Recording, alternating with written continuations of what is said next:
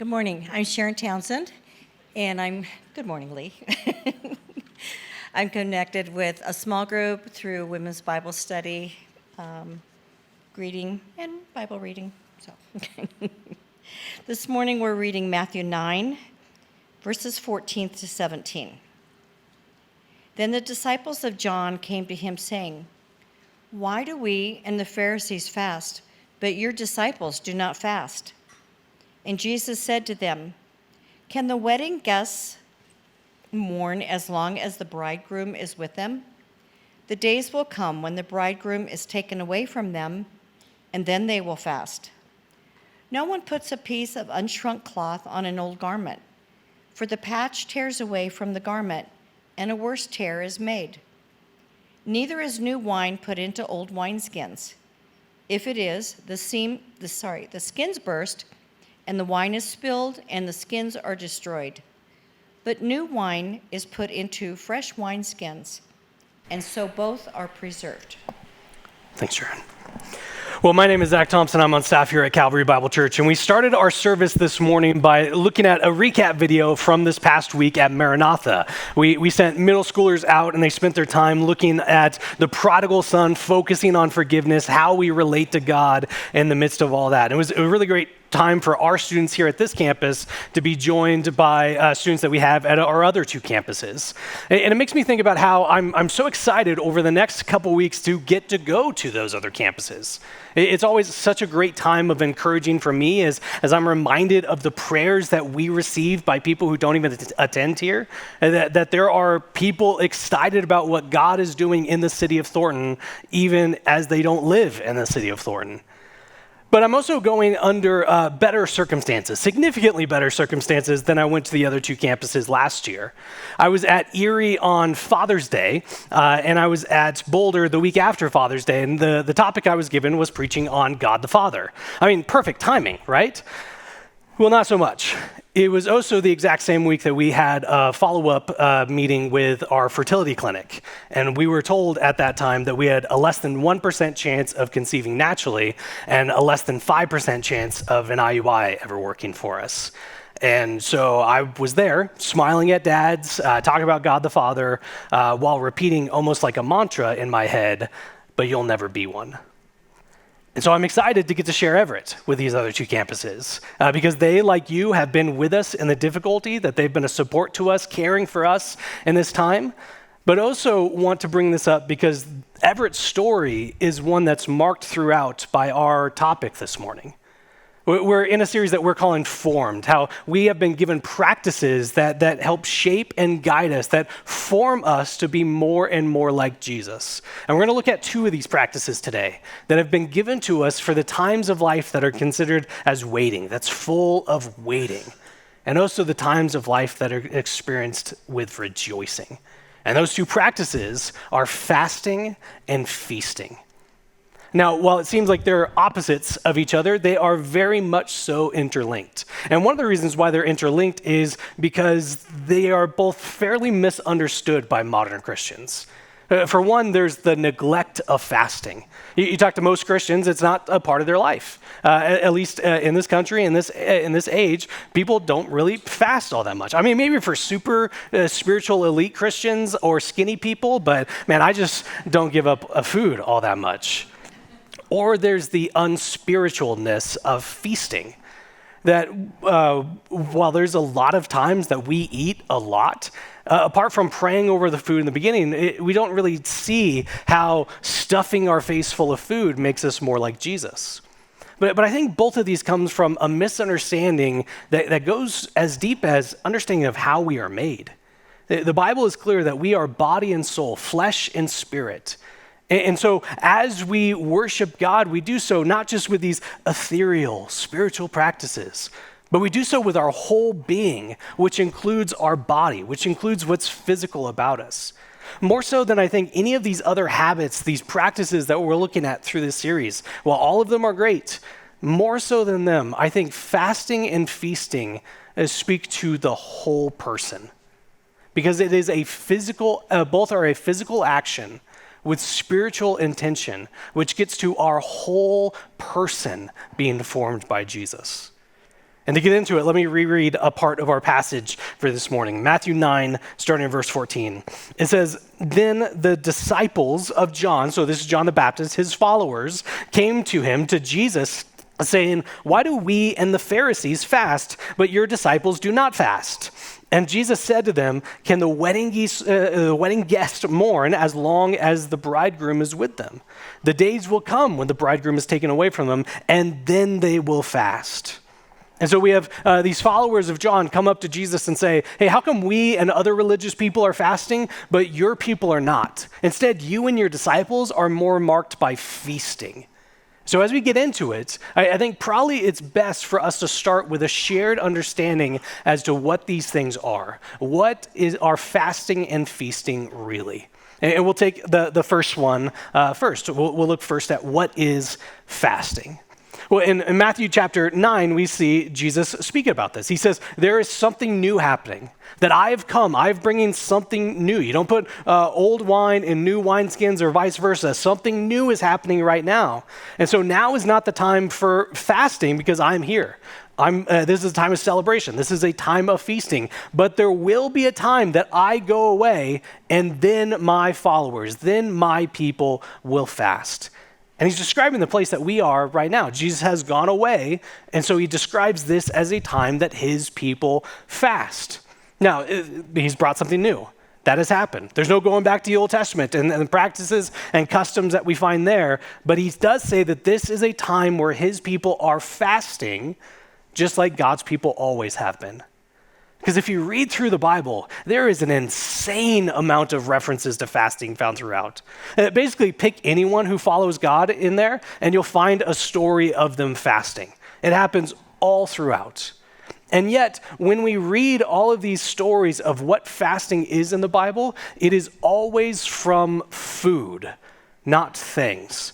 Sometimes it's food and water together, but fasting in the Bible is when God's people intentionally do not eat. Now, I know there's a trend to fast from things. And often the language goes, this thing has been taking up a big part of my life. It's been taking a lot of my focus. So I'm going to give it up for a short period of time so that I can focus on God instead. And I'm so grateful that people can come to that realization and take steps to address it, but it's not fasting. In one way, because whenever we see something in our life take a place bigger than God, that's just called sin. And we don't need to pause from sin. We don't need to break from it. We need to flee from sin. Imagine telling this to someone who overindulges in alcohol. Hey, why don't you just stop being drunk every night for a month? Like maybe as a starting point, but we need as an end goal to be a complete separation and away from it. Maybe we disagree on this point, and that's fine. It's not a hill I want to die on. But I am willing to die on the hill of being pedantic about language. We fast from food. We abstain from other things. The word we're looking for there is abstain. But there's another trend as well to where people give up something, not because it's sinful or taking a big part of their life. It's in fact the opposite. It's something they enjoy and do so in a healthy way, in a way that's good for them. But there's a trend of fasting from this for God. Two things with this. One, again, that's abstain, that's not fast. But two, why? Why do we need to give up something that's good that we enjoy for God? Is our pleasure and God's presence mutually exclusive? That God can only be with us when we're miserable? I just don't get it. No, fasting is when God's people intentionally do not eat. It is the giving up of what we need in our bodies to realize better of what we need more. And it's painful, it hurts as we are not eating, as we are skipping on this thing that our bodies require. Our body lets us know about it, that we get hungry, our stomach grumbles, we start to get grumpy. And yet as we are doing so, as these reminders are in our body that we are missing something, it is done to remind us of what we need all the more. Fasting is not unique to Christianity. It shows up in just about every religion and just about every people group. And yet, the way the Bible calls for us to fast is radically different from all else. Look at how other people fast, and we'll see this to be clear. Grab the most famous faster, probably, would be Gandhi. And the reason why Gandhi fasts, he has this hunger strike, is because he is asserting, he is saying that he wants just and right treatment towards the people in his nation. A good thing to fast for, but that's what he's doing. He is saying, this is what I want to see happen. Or take the fastest growing population of people fasting today, which is people who do it intermittently for their diets. And why are they fasting? For those sweet, sweet gains. For those excellent before and after pictures that they can share. It is them asserting, I want to lose weight, and so I'm fasting for this way. Biblical fasting is not about me wanting things. It's not about me asserting anything in my life. It's not me trying to force this to happen or say, this would be so great if this was added onto my life. Biblical fasting is about me changing.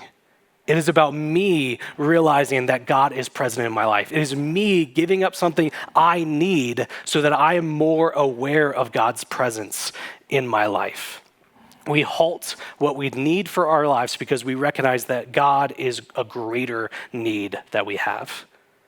It is a way for us to open ourselves up to the awareness of God's presence. See, when I first became a Christian, I was hearing people talk about fasting. I thought it was just a way to supercharge prayer. That if you really want something, you really want God to do something, you pray about it, and then you add fasting because then God's going to have to listen to you. But fasting is not a way that we assert ourselves, that we try to force God's hand. Instead, it's a realization, God, your hand is active in my life. You're present, you're here. I don't always see that. There's things that distract and overwhelm and take my focus. And so I'm taking out something I absolutely need so that you can be more clear in my eyes. And this becomes all the more necessary as we experience difficulty throughout our lives. See, fasting then, rather than being a way for us to assert what we want, fasting is a response. Fasting is a response to just about every trace of brokenness that we find in the Bible, to just about every trace of brokenness that we find in our lives. And we see that in our passage. That Jesus is saying that while I'm here, while the bridegroom is here, it's not the time to fast because things are great. We're celebrating. But when I leave, that will be the time to fast. Because there's so much in this life that hurts. There's so much brokenness. There's so much hardship and painfulness. There's so much that tempts and traps us. And so we respond to that by fasting.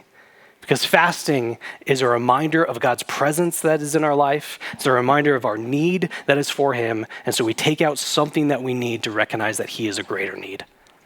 David Kakish on the Gospel Coalition gives a list that I think captures this idea of fasting being a response. And he shows us all these different examples of what we fast in response to. He says, so we fast because of our sin and the toll that it takes on others. We fast because as long as we are breathing, our sanctification is not yet complete. We fast because natural disasters ravage the world. We fast because people die of starvation and thirst, lacking the necessities of life. We fast when cancer tears through our bodies or those of our loved ones. We fast because the entire cosmos is groaning for redemption. We fast because Christ has not yet completed the work that he began in the manger. See, as long as there's brokenness in this world, as long as there's brokenness in our lives, we respond to that by fasting. Now, what does the Bible call for God's people to do even more so than fasting? We said it's all over, like all over. God's people are people who fast. But what do we see them do even more than fast? They feast. I think of Leviticus chapter 23, where God gives this instruction. He commands his people, the Israelites, to keep these certain feasts throughout the year. And there's a whole list of them. First is the Sabbath.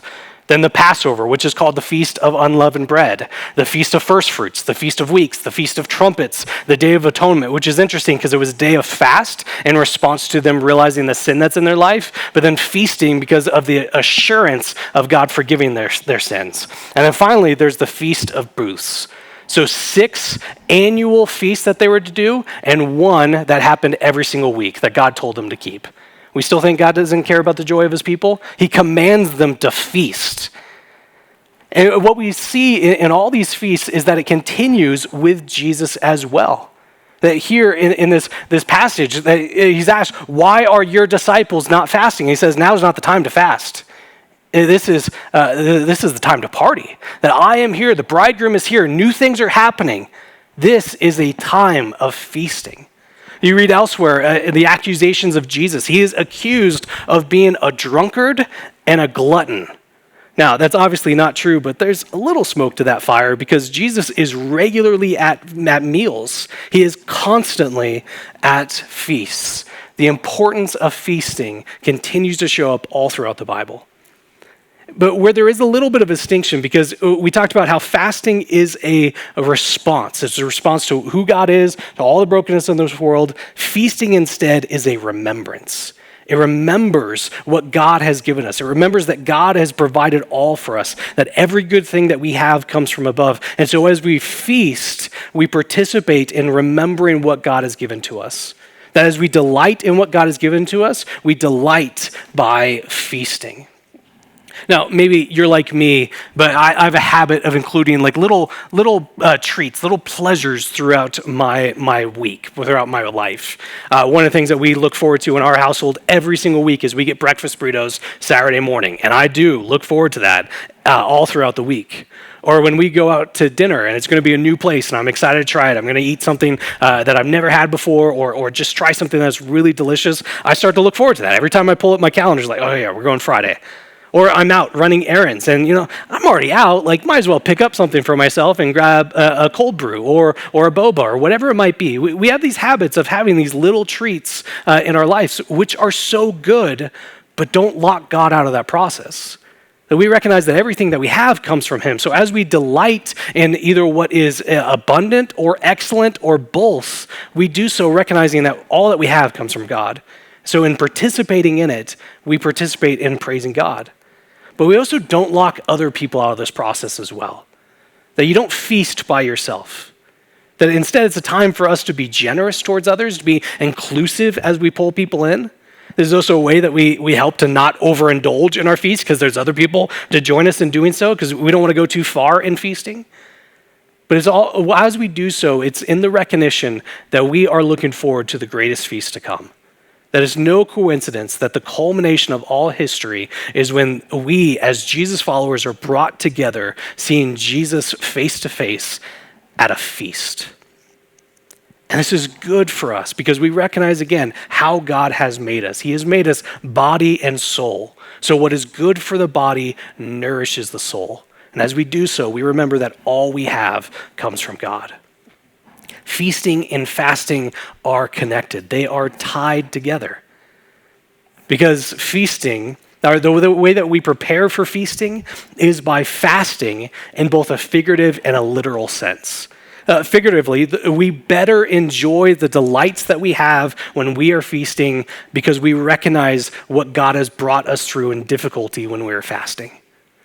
But we also get ready to feast by not filling our day full of food. You don't really want to have like a really heavy dinner at night if you've been snacking all day long. But feasting and fasting are intertwined in our passage here in Matthew 9 as well. Jesus says that when the bridegroom, when he leaves, his people will fast. And that's the place that we're in right now. We are waiting for Jesus to come back. And so we spend our time fasting. And this is something that forms us. This trains us slowly over time to become more and more like Jesus. As we go through the difficulty of life, recognizing his presence, we fast now, and that trains us until the day he comes back.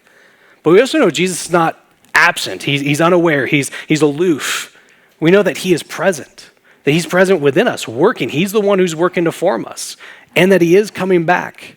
And so we feast. This is a practice that we do over time that shapes us, that forms us as we recognize. We take this time to recognize what God has given us, and we delight in him as we delight in his provision. They are tied together.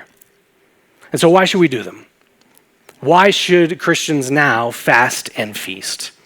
I hope so far we've seen some reasons why we should be doing these two practices, but let me specifically spell out a few more. One, the Bible commands for us to.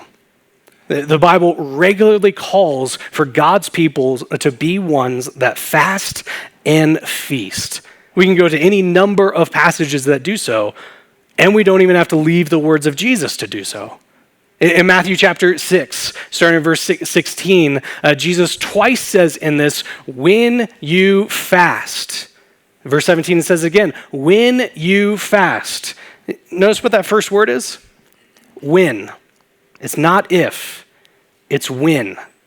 There's no backup plan for this. There's no route B. There's no optional route for us to take in this. It is when you fast. And then Jesus gives instruction on what fasting is to look like for his people, because it's a given that his people will be ones who fast. The same thing is said in Luke chapter 14.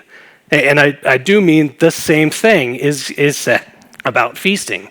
Because in verse 13 it says, when you give a feast. So what Jesus is doing in this teaching is he's telling his people how they are to behave when they fast and they feast, not some understanding of what they might do with their life, because he is describing his people as ones who fast and who feast. Second reason why we do these two things is because Jesus did.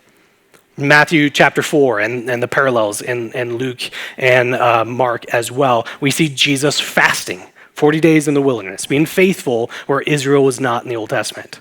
And we talked about already, Jesus is regularly at feasts to the point of being described as other people as liking feasts too much.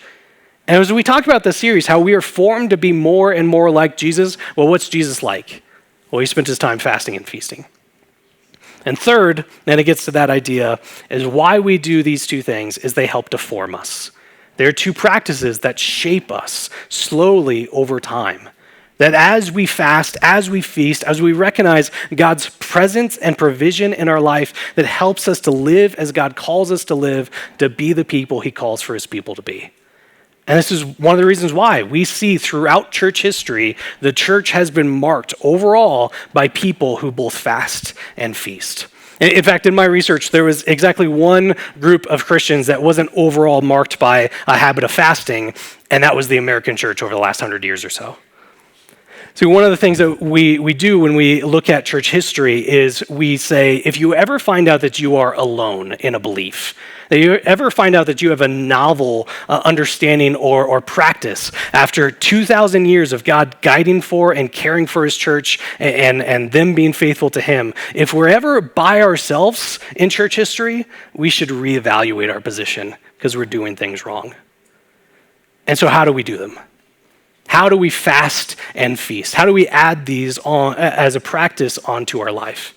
Now, I want to go as practical as I can in this section. Now, that's not going to take away the difficulty of them. It's still going to be hard for us to fast because that's something difficult. It's hard for us to give up food. There's pain that comes from it. But it's also difficult to keep God in mind when we are surrounded by so many good things. It's hard for us to see past that to the provider who's enabled us to feast in those moments. And so even as I give these practical steps, it's not going to take away the difficulty or the hardship of going through these different things. I'm hoping to just give us a shared starting point as we try to add these practices that are so important for the Christian life. Let's see if we can make sacrifice accessible. So we'll start first with fasting. And there's two parts of this. There's fasting as a regular habit. We'll go to that in just a little bit. I think it's a little distracting right now. There's fasting as a regular habit and fasting in response to specific situations, like we see all throughout the Bible. The idea is that these go hand in hand, that our instinct is not to fast when things are difficult if we aren't building this instinct throughout our weeks that we have. So a national disaster strikes or tragedy hits. We rarely have the instinct, we should fast right now. We should fast in response to this difficulty, this pain, because we don't have it as a regular habit as part of our life. But it's not as though during our weeks we're just training for the next bad thing to happen, that our lives are not just emergency preparation. There still is within us difficulty at home, in our own lives, places that we see brokenness that causes us to respond by fasting as well. So we build fasting as a regular habit and as a response to specific times. And there's a few different ways that we can start this as a regular habit. You can start with a meal. This week, I'm going to take one meal that I'm not going to eat. And there's ways that you can experiment with this to see what meal is the best place to do so in your week so you can still function. There's ways that you can care for yourself. Drink lots of water. Maybe as you're cutting out food to drink juice instead. But one meal in this week that you can cut out to instead be a time to remember God's presence in your life. To cut out what you need to remember what you need all the more.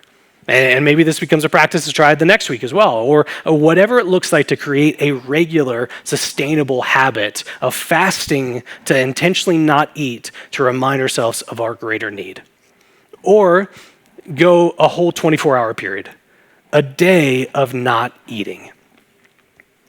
Let me share what I did for this. But wait. Didn't we just read a passage in Matthew chapter 6 where Jesus says, don't draw attention to yourself when you're fasting? Am I not undoing any spiritual good that I did by bringing attention to this? It's such a good reminder that there's so many more things that I wish I could say about fasting that we just don't have the time. I had so many more what abouts. Oh, but what about Daniel? And what about this? Or what about that? And we just don't have the time to cover them this morning. But this one felt important to address. Jesus in Matthew chapter 6, when he says, don't draw attention to yourself, is speaking about being prideful in fasting, especially as we think that fasting is a way for us to earn something from God or from others. Now, I hope I've been overwhelmingly clear that that's not what fasting is. Fasting is a response to God, to the circumstances of life in this world, to brokenness that we see. There's no earning. There is no asserting ourselves in this. It is us realizing God's presence, us realizing our need for God all the more. And let me also be clear on this. I am no good at fasting. It is not a place of pride for me. See, we were divvying out the topics for who is going to preach on which different practice, and I picked fasting because it's such a struggle for me to get to. I was hoping that in the research that I would find a reason to add this on as part of my life because it's currently been no part of my life. And so as I'm sharing these things, I'm doing so with the understanding of hopefully this is something that's helpful for you as it's been helpful for me in this past week. But I'm also cleaning up this point on Jesus' teaching in this to say we should be talking about our fastings with one another. We should be fasting together. This is a way for us to hold each other accountable, to encourage, to strengthen each other when we are physically weakened by not having food. And we can do so while maintaining Jesus' teaching when we recognize it's not a place of pride, it's not a place of earning for us. All that said, let me show what I did in this past week. And we have a slide for this one here. This was my practice. You could find better ones online. You could find resources and tips that help you care for yourself while you were fasting, while you were not eating. But this is my simple practice that I did in order to fast in this past week. I went dinner to dinner, 24 hours. I ate dinner Thursday night, and I didn't eat dinner again until 24 hours later on Friday night.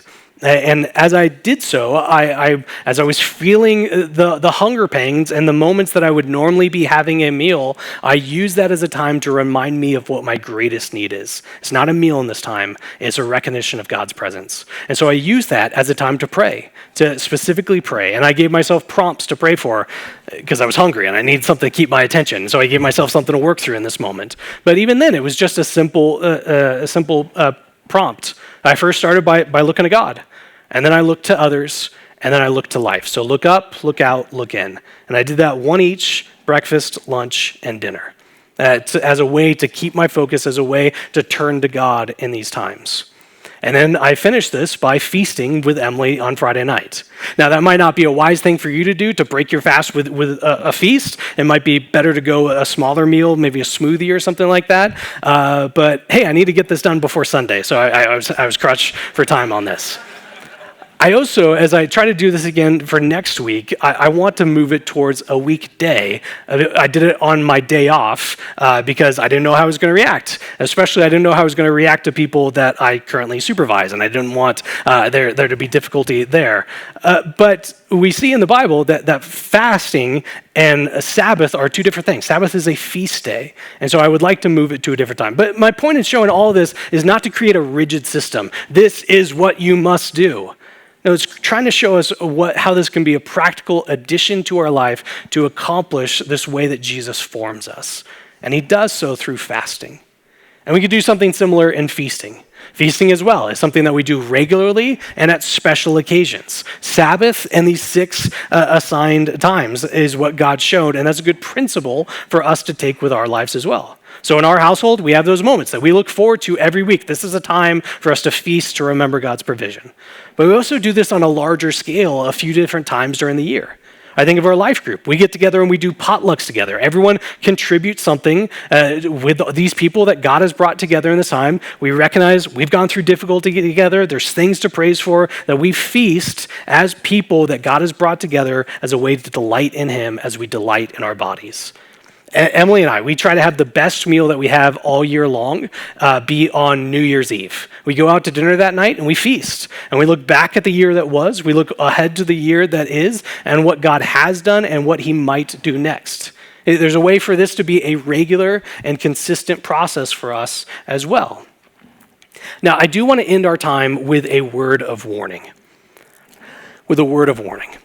That food can have an outsized role in our life, either in the avoidance of it or in the overindulgence of it. See, for some, food would be an idol.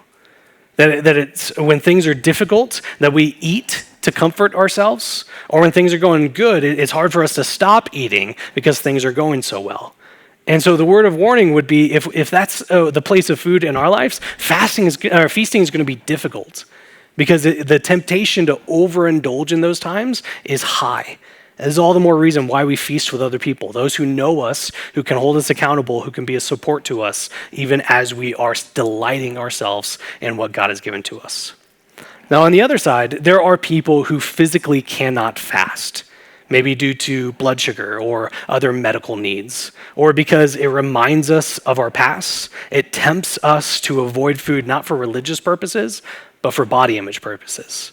Or I mentioned that Emily and I feasted this past Friday, but she did not fast with me the day before because she's currently a food source for a tiny person. And so there are some people who physically cannot fast.